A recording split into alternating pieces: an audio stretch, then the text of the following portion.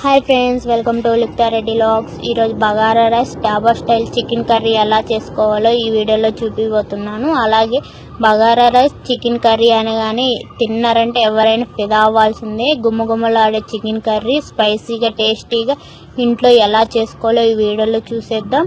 అలాగే video skip చేయకుండా last వరకు చూసేయండి ఫ్రెండ్స్. ఇంకా రెసిపీలోకి వస్తే ముందుగా చికెన్ తీసుకొని బాగా వాష్ చేసుకోండి. ఇంకా పసుపు, కారం, ఉప్పు వేసి బాగా మిక్స్ చేసుకోండి. నేను అల్లం పేస్ట్ ఏం వేయట్లేదు, మొత్తం మిక్స్ చేసి పక్కన పెట్టుకోండి. మీకు టైం ఉందంటే ఒక 30 మినిట్స్ అలా పెట్టుకోండి. ఎందుకంటే ముక్కకి ఉప్పు కారం పడుతుంది, టేస్ట్ బాగుంటుంది. అందుకని చెప్పి ఫ్రైకి కానీ చికెన్ కర్రీకి కానీ ఇలా కలిపి పెట్టుకోండి, బాగుంటుంది. ఇంకా డాబా స్టైల్ చికెన్ కర్రీ అని చెప్పాను కదా, ఈ ఒక్క పేస్ట్ తయారు చేసుకోండి. వెజ్ కానీ నాన్ వెజ్ కానీ చాలా గ్రేవీ కర్రీలకి చాలా బాగుంటుంది. ముందుగా అయితే ఒక మీడియం సైజు ఉల్లిపాయ, ఒక టమాటా మీడియం సైజే, పచ్చిమిర్చి, మీ దగ్గర ఉన్న బాదం పప్పు, జీడిపప్పు. మీరు అల్లం పేస్ట్ విడిగా వద్దు పట్టుకోలేమంటే దీంట్లోనే వెల్లుల్లిపాయలు వేసుగా ఈ పేస్ట్లోనే మిక్స్ చేసి పట్టేసుకోవచ్చు. ఇలా మిక్సీ పట్టుకొని మెత్తగా పేస్ట్ చేసుకున్నాం అనుకో, వెజ్లోకి కానీ నాన్ వెజ్లోకి కానీ కర్రీస్లోకి చాలా బాగుంటుంది. ఒకసారి ట్రై చేయండి ఇలాగా. ఇంకా చికెన్ కర్రీలోకి వస్తే ముందుగా ఒక కడాయి పెట్టుకొని దాంట్లో ఆయిల్ వేసుకోండి. ఆయిల్ వీట్ అయిన తర్వాత ఇంకా పలావు దినుసులు ఉంటాయి కదా, చెక్క, మొగ్గ, బిర్యానీ ఆకులు అలాంటివన్నీ వేసుకొని కొంచెం ఫ్రై చేసుకోండి. ఆ తర్వాత ఒక మీడియం సైజు ఉల్లిపాయ కట్ చేసుకొని మళ్ళీ వేసుకొని బాగా బ్రౌన్ కలర్ వచ్చేదాకా వేయించుకోండి. చికెన్ కర్రీకి కానీ ఫ్రైకి కానీ కొంచెం ఉల్లిపాయలు అనేవి కొంచెం బ్రౌన్గా వేగితేనే బాగుంటుంది. అవి కొంచెం బ్రౌన్ కలర్ వచ్చేదాకా వేయించుకోండి. లైట్గా చాలు, మరీ ఎక్కువ వస్తే చేదు వస్తుంది. అందుకని చెప్పి లైట్గా వేయించుకోండి. ఇంకా మళ్ళీ చికెన్ వేసినాక ఎగుతాయి కాబట్టి ఇలా లైట్గా సరిపోతుంది. ఇంకా మీరు అల్లం పేస్ట్ వేసుకోవాలంటే దీంట్లో వేసుకోండి. నేనైతే అల్లం పేస్ట్ ఏం వేయట్లేదు, ఓన్లీ వెల్లుల్లిపాయ పేస్ట్ మాత్రమే, అవి కచ్చపచ్చిగా వేసుకుంటున్నాను. ఇది ఇలా కూడా టేస్ట్ చాలా బాగుంటుంది, ఒకసారి ట్రై చేయండి. ఇంకా మనం కలిపి పెట్టుకున్న చికెన్ తీసుకొని కొంచెం వెల్లుల్లిపాయలు వేగిన తర్వాత దాంట్లో చికెన్ వేసుకొని బాగా కలుపుకోండి. ఇంకా మనం చికెన్ కర్రీ ఫ్రై ఎలా చేసుకుంటామో సేమ్ అలాగే మూత పెట్టేసి ఇంకా చికెన్లో వాటర్ మొత్తం అంటే ఉడికిపోతుంది. ఆల్మోస్ట్ ఒక 90% చికెన్ ఉడికిపోతుంది. మటన్ అయితే ఉడకదు, కానీ వాటర్తో మనమైతే ఎక్స్ట్రా వాటర్ అంతేం చికెన్కి అయితే పట్టదు.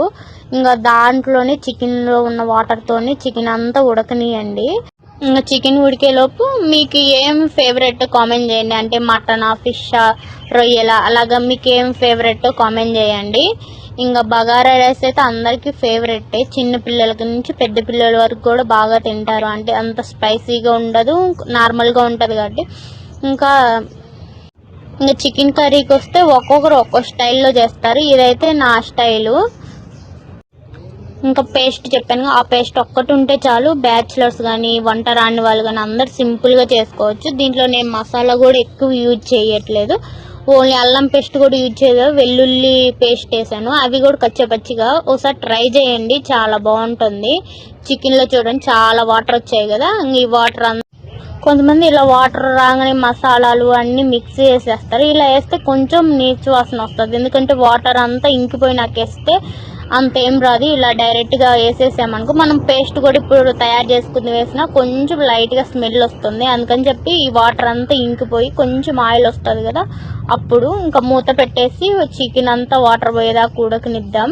ఇంకా మనం బగారా రైస్ చేసుకుందాం. బగారా రైస్ అందరికీ వస్తుంది, చాలా సింపుల్గా చేసుకోవచ్చు. కాకపోతే నేను కొంచెం ఎక్కువ ఏమి యూజ్ చేయను. కొంతమంది క్యారెట్, బీట్రూట్ కూడా యూజ్ చేస్తారు, నేనైతే సింపుల్గా చేస్తాను.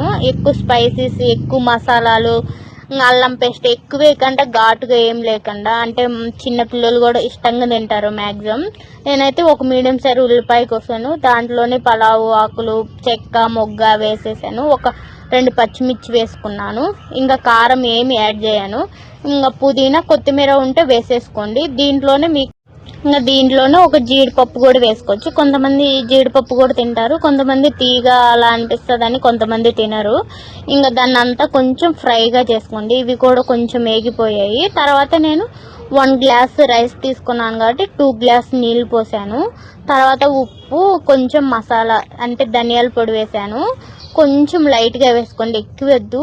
చిన్నపిల్లలు ఉన్న వాళ్ళు అయితే లైట్గా వేసుకోండి. కొంచెం మసాలా ఎక్కువ తినాలనుకునే వాళ్ళు కొంచెం ఎక్కువ వేసుకోండి. ఉప్పు కూడా వేసేసుకొని టేస్ట్ చూసేయండి. కొంచెం మరిగిన తర్వాత మీకు సరిపోతే వేసేసుకోండి మళ్ళీ. ఇంకా నాకైతే ఆల్మోస్ట్ సరిపోయింది, అందుకని చెప్పి ఇంకా నేను 2 గ్లాస్ వాటర్ పోసాను కదా, 1 గ్లాస్ రైస్ తీసుకుంటున్నారు. ఇది మొత్తం నేను కుక్కర్లోనే చేసేస్తున్నాను.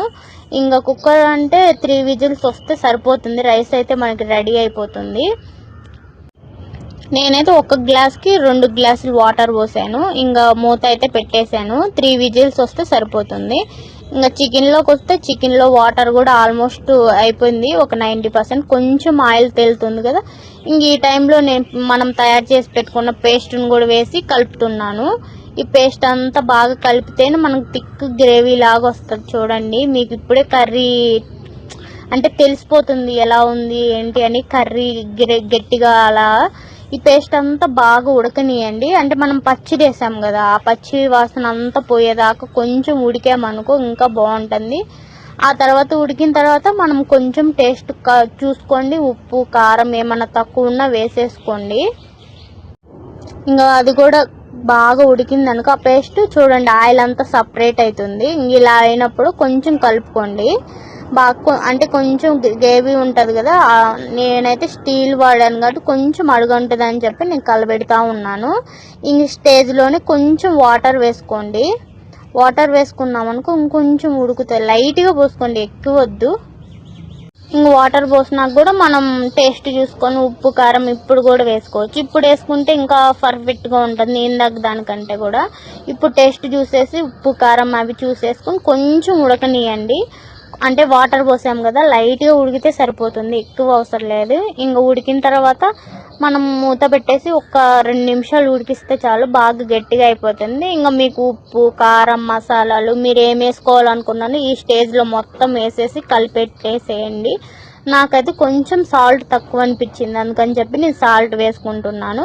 ఇంకా మసాలా అయితే నేను ఓన్లీ ఇంట్లో ఇందాక ధనియాల పొడి అచ్చమే వేస్తున్నాను. కొంతమంది గరం మసాలా చికెన్ మసాలా అవి కూడా ఇష్టపడతారు కదా, అవి కూడా కొనుక్కొచ్చుకొని వేసేసుకోండి. నేనైతే ఓన్లీ ధనియాల పొడి కొంచెం వెల్లుల్లిపాయ 2 మిక్స్ చేసి వేస్తున్నాను.